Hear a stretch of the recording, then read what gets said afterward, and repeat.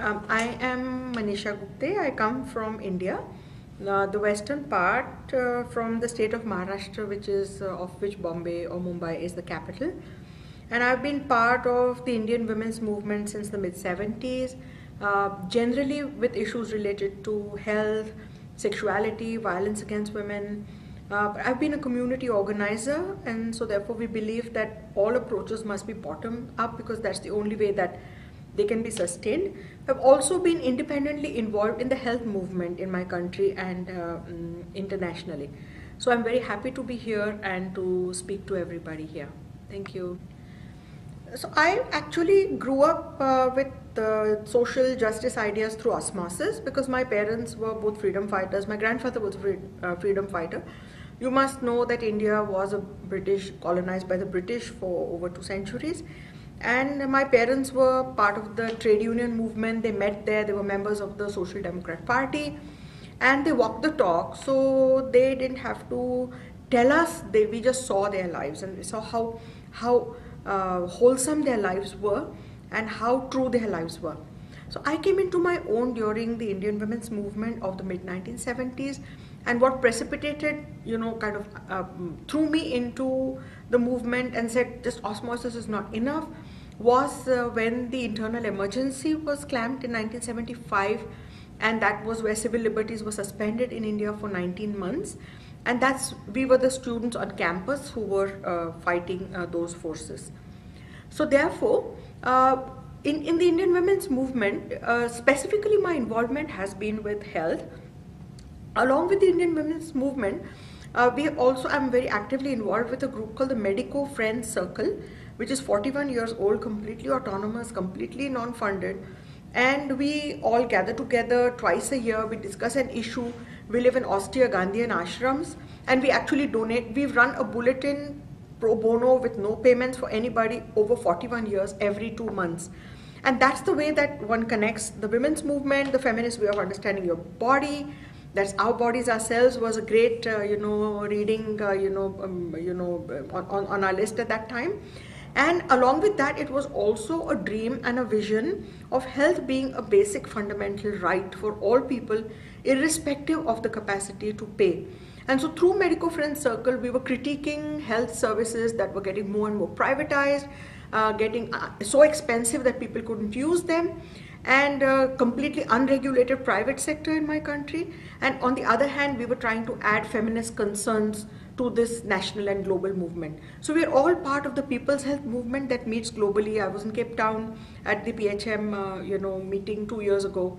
And in our country, the PHM, People's Health Movement, translated as Jan Swasthya Abhiyan, is what we are all active in, and that's to make health a fundamental right in our country. The work that we do on health ranges from work at the village level to international.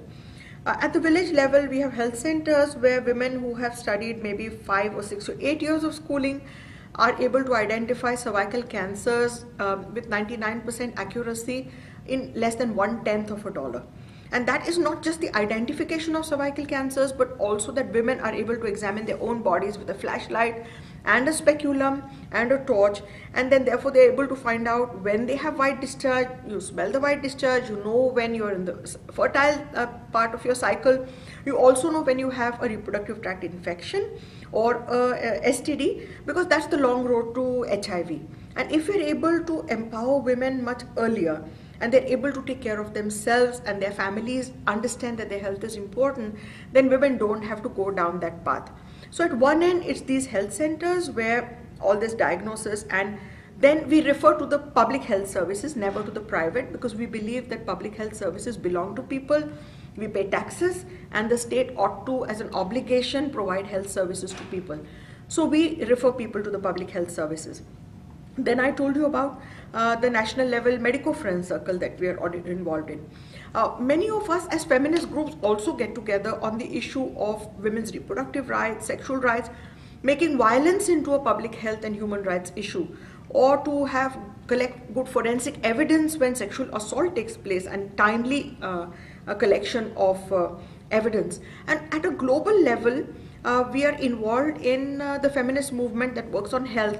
So for example, the Indian women, the International Women's Health Meeting, which is held once in every 3 years. It started as a very Eurocentric meeting in 1975, but now the 12th will take place in the Dominican Republic next year. The one before that was in Belgium, and the one before that, the 10th, was in New Delhi in September 2005. So it kind of shifts continents every time. So we had an organizing committee. I was the coordinator of that meeting. We brought together 850 people from over 70 countries. And this is a strong feminist space where we are not bound by, taking a particular line or saying that, this is the in thing, or, this is the flavor of the month. We go back to core feminist politics and then try to see how health conditions are for women today, nationally, locally, as well as globally, and then try to come out with feminist discourses, not necessarily come to conclusions, but come out with national and international discourses. On the other hand, Medico Friends Circle, the group that I have been, and I am its managing trustee now for the past 21 years, we also take stands. So for example, when the Union Carbide, there was the gas leak 30 years ago in Bhopal, we went into Bhopal and we did 2 studies. One was a general health study, one was gynecological morbidity, and no study was available to the people. Union Carbide wasn't ready to admit that it was, methyl isocyanate, and therefore treatment was not available to people. It's only the MFC report that was available for people, on the basis of which they accessed that treatment.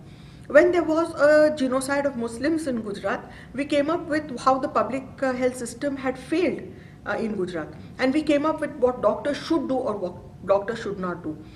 We have taken positions on patents, and we have taken position on intellectual property rights, and we say that it really doesn't matter whose intellectual property rights, because research is done through national money, is done through public money, and you can't make drugs inaccessible to people, which could actually not withdrawal of which could actually kill people.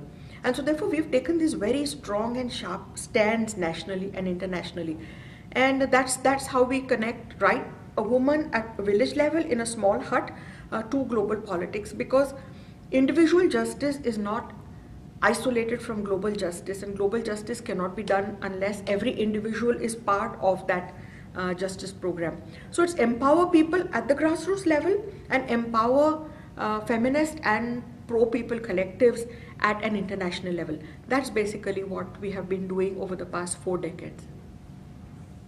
So what can we do as public health professionals? I don't think we can forget the person for whom we are fighting. At the same time, we can't forget that we require epidemiological research, we require ethnography, we require quantitative data, we require statistics, and all of us will do things that excite us most. And I think we should do what really lights the fire in our hearts and in our eyes, because that's what we do best. But whatever we do, it's important not to forget the political way in which it is framed. So therefore, for example, if you go to a school, however wonderful it may be, but you're paying off student loans to such an extent that you have to work for a pharmaceutical industry rather than come to public health, then you have to think twice, and you have to be true to why you came into public health for, because public health is for the right of all people to lead a healthy life, which also includes the right to health, for example, is not just limited to access to health care, though that's an important part of health. But health also has social determinants. Health is an indicator of people's quality of life. And so the right to food, the right to water, the right to clean air, the right to employment, the right to housing, all of it is part of health. And unless we are committed to issues of social justice, public health then just remains in policy making of governments, which is important, but finally all that is real only if it is accessible to the person in whose name we do public health. So therefore individual health, community health, public health and policy, all of them are related, and unless all those are combined with social justice, they really don't really matter to people on whose behalf we fight. So I would say go ahead, be a leader, and do what you're best at, and just have the global perspective in mind.